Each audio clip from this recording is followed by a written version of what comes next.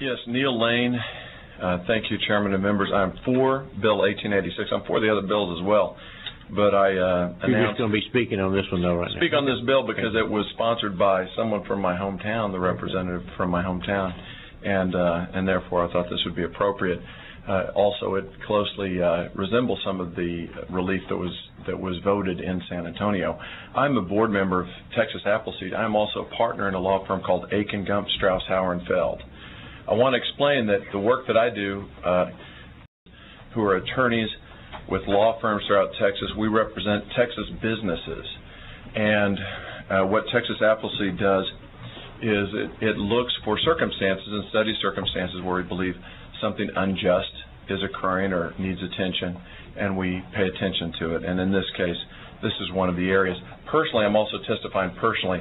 I will just say, as for the benefit of the chair and for the sponsor, my great-grandpa was the first mayor of San Antonio, Sam Maverick, after independence. And I have been, until February, for 12 years, I was on the board of something called Good Samaritan Center, now Good Samaritan Community Services, in the chairman's district. And so I've dealt very closely and for many years with the problems of our community. And unfortunately, some of those folks who we deal with and we try to help, they may be on the kind of assistance and they have the kind of issues that really, that payday lending isn't going to be their issue. The people who climb out of poverty, they live often, their nose is just above the water line, and a ripple can drown them, okay, and it can send them back into poverty. And that's why this bill, I think, is very important, and these reforms are very important to me. When I first became aware of Appleseed's work in this area, I met General Ricardo Sanchez because we particularly were interested in the issue as it affected the military, and he talked about the times when he was a young officer and he would see his enlisted men and he would and women who would go to these payday lenders immediately outside the gates of the base. And he actually came out in San Antonio for the reforms, authored an article, and was a strong supporter of that legislation. One of my grandfathers came to San Antonio because he was based in Kelly Field in 1928 when he was a young officer, and so I have a real strong feeling for the military as well. I also met other folks like Gail Rowland. The thing that she didn't mention and that wasn't brought out in her testimony is that she borrowed $1,400 only less than 6 months ago, 4 months ago, 5 months ago, I believe. She paid $2,800. Today she owes $1,600. She's in a deeper hole today than she was.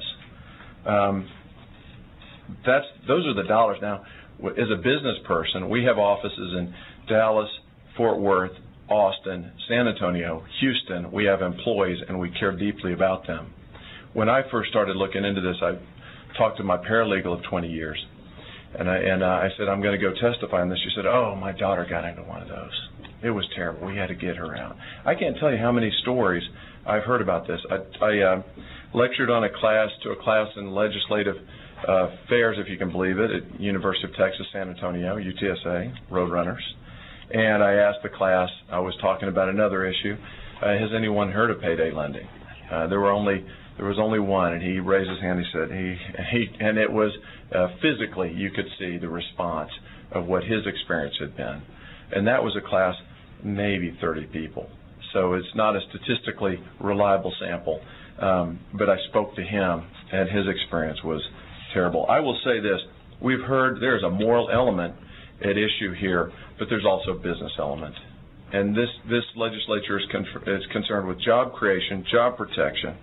And I want to note just two things very quickly. One is there are greater protections in Oklahoma and Florida than are being introduced in this legislation. Now, you heard an expert that was paid by the industry come up here and talk about storefront loan stores shuttering as a result of legislation. That hasn't occurred in Oklahoma and Florida, and they're just as concerned about job creation and job protection as we are, and we all fight for the jobs to come to Texas just as much as they do. You need to ask the people when they come and they want to protect this business, do you have storefronts in Florida? Do you have storefronts in Oklahoma? Why didn't you close them if you're telling me that this is a doomsday? And you're bringing an expert up here to tell you to compare internet lending to shuttered stores. The same is true of the cities that have passed this legislation. They're very concerned with job creation. Mr. Lane, yes. If I could ask you to wrap it up. Yes, and I will say the reason it affects business is because our employees lose their vehicles. They can't get to work. We lose employees. We lose the commerce. The $1,600, the $2,800 that have been paid are lost to your other constituents who have businesses that rely on these folks. They're taken out of the economic life of the community, and sometimes they're back in poverty. I appreciate all your attention to this and your service. Thank you. Before you leave, Mr. Lane, members, any questions for Mr. Lane? And you said it was your, how far back? Well, he would be my great-grandpa, Sam Maverick. Sam Maverick. He signed the Texas Declaration of Independence, and he was marched to Perote Prison. So this is where the word maverick comes from. That's right. Well, family. In truth, it was his negligent ranching practices. Yeah. He did not brand his cattle, and when they got loose, people would say, "Oh, that's a maverick." So, what can you say?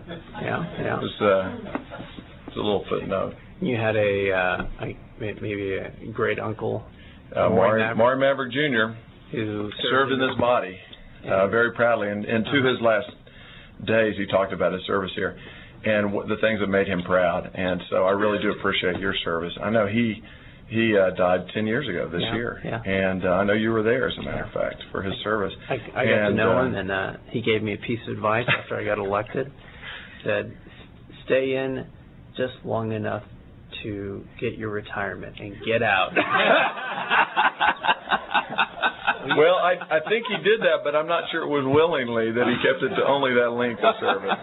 But he was not one to varnish his views. Oh, he doesn't take his. I have not taken his advice. I'm still here.